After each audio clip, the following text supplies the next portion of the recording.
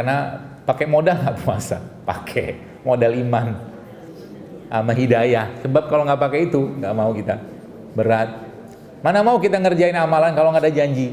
Ya kita normalnya kita, ya normalnya kita sama Allah ini kan kalau kita baca dalam Al-Quran, setahu saya itu beberapa bahasa hubungan kita sama Allah itu kan hubungan transaksional, hubungan penjual sama pembeli. Bahkan dalam Al-Quran itu Allah bilang apa? Innallaha yashtara minal mu'minin. Jadi Allah tuh membeli jiwa orang-orang mukmin dengan surga. Tahu kalimat itu? Pernah dengar? Allah membeli jiwanya orang mukmin dengan surganya Allah. Baik, saya ceritain sedikit mana Anda paham hubungan kita sama Allah itu kayak apa, supaya kita tahu diri. Ya, kenapa tahu diri begini? Saya punya teman namanya Budi misalkan. Budi ini nggak punya modal. Saya pinjamin dia modal 5 juta untuk dagang sembako misalkan. Lalu saya bilang sama Budi, Bud, ya, modal nanti kamu kembalikan kapan saja, tapi daganganmu kamu jual sama saya. Kalau kamu jual beras sama orang 50.000, jual sama saya 70.000. Kalau kamu jual apa misalkan minyak misalkan sama orang berapa 30.000 misalkan, jual sama saya 60.000. Udahlah saya yang modalin, saya beli dengan harga mahal. Itulah kita sama Allah. Kan nggak punya modal, paham ya? Apa modal kita? Ada. Allah yang menciptakan kita, Allah yang membuat rupa kita, Allah yang memberikan jantung kita. Wallah, saya ngomong begini pengen nangis. Tak ada modal kita. Udah begitu nggak ada modal, disuruh ngapain? Cuma beribadah. Ibadahmu itu aku beli dengan surga. Gitu aja masih malas. La ilaha illallah. Malu kita, Bu. Udah nggak ada modal, Allah beli. Dan belinya pun kalau tadi masih ada angka 30, 60, 100 sekian. Ini belinya dengan sesuatu yang gak bisa dicerna oleh mata, pikiran. Surga. Wallah.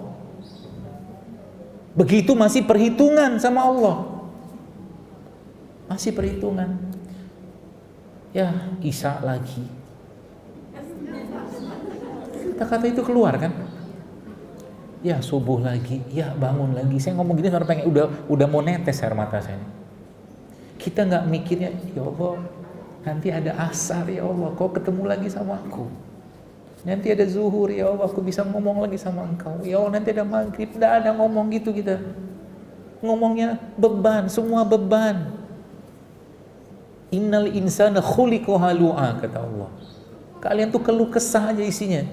Modal nggak ada, dibeli dengan surga, masih juga ngeluh. Cuma diminta 5 menit aja sholat. Begitu beratnya kah?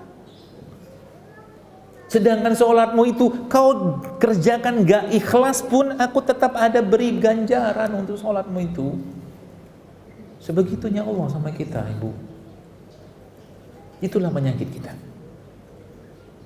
Maka kita mulai sadar bahwa justru penyakit yang jauh lebih berat itu bukanlah penyakit fisik, stroke, kencing manis, darah tinggi, apa itu semua. Jauh lebih berat penyakit hati untuk kita benerin, untuk kita bersihkan. Kata Allah dalam Al-Quran itu kan Allah mengatakan kepada orang-orang kafir, fi qulubihim marad, kata Allah, marad, fazadahumullahu marad. Dalam hati mereka itu ada penyakit, curiga dipelihara, benci dipelihara, bakhil dipelihara. Itu aja terus kehidupannya. Ya. Coba mulai diubah sedikit persepsi kita terhadap kehidupan itu diubah. Masya Allah, ya Allah, bahagia banget.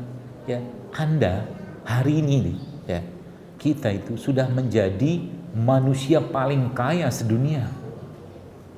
Bahkan jauh lebih kaya dari apapun. Saya ngomong gini kenapa? Nabi bilang apa? 2 rakaat sholat fajar, sunnah fajar itu jauh lebih baik daripada dunia dan segala isinya. Masalahnya kita hari ini nih, ada orang yang gak dikasih kesempatan sholat sunnah fajar karena gak bangun lagi dia. Udah mati dia. Kita gak ngerasa itu nikmat. Udahlah gak ada modal, dikasih privilege yang luar biasa, dibayar luar biasa, dibeli luar biasa, masih juga ngeluh. Itulah kita. Sampai kapan mau hidup kayak begitu gitu loh. Akhirnya apa? Ya udah, lisan tak berucap dengan sebagaimana dia harusnya berucap, mata tak melihat sebagaimana dia harusnya melihat, kaki tak melangkah ke tempat yang sebagaimana harusnya dia pergi melangkah. Hanya sekedar menggunakan hawa nafsu, ya, ilmu, kadang-kadang pikiran, logika, lupa dengan imannya. Ya. Maka kalau Anda lihat doa-doa Nabi itu semua dalam rangka apa? Membersihkan penyakit-penyakit dalam hati kita. Kalau Anda lagi baca Quran, ya, lagi baca Quran itu, Anda diam sebentar, duduk bentar, jangan langsung baca, jangan langsung ta'awuz. Anda merenung sebentar, ya Allah, ngomong sama dalam hati Anda aja. Kalau ada penyakit hati dalam diriku ini, ya Allah, maka aku mohon setiap huruf yang ku baca ini membersihkan itu, ya Allah. Kalau ada penyakit bakhil dalam diriku ini, ya Allah, maka jadikan setiap huruf itu memperbaikinya dan menggantinya dengan kedermawanan. Duduk bentar, 5 menit aja cukup sebelum kita baca Quran itu, sehingga Quran itu ngalir kayak obat. Paham ya? Kalau ada curiga yang tidak pada tempatnya dalam diriku, ya Allah, maka jadikan huruf yang kubaca ini menghilangkan kecurigaan itu. Apalagi curigaan dengan Engkau, buruk sangka, maka bersihkan, ya Allah. Ngomong gitu terus sama Allah gitu loh. Jadi tenang kita hidup, Bu. Suami pergi bentar sudah curiga, anak pergi sebentar sudah curiga.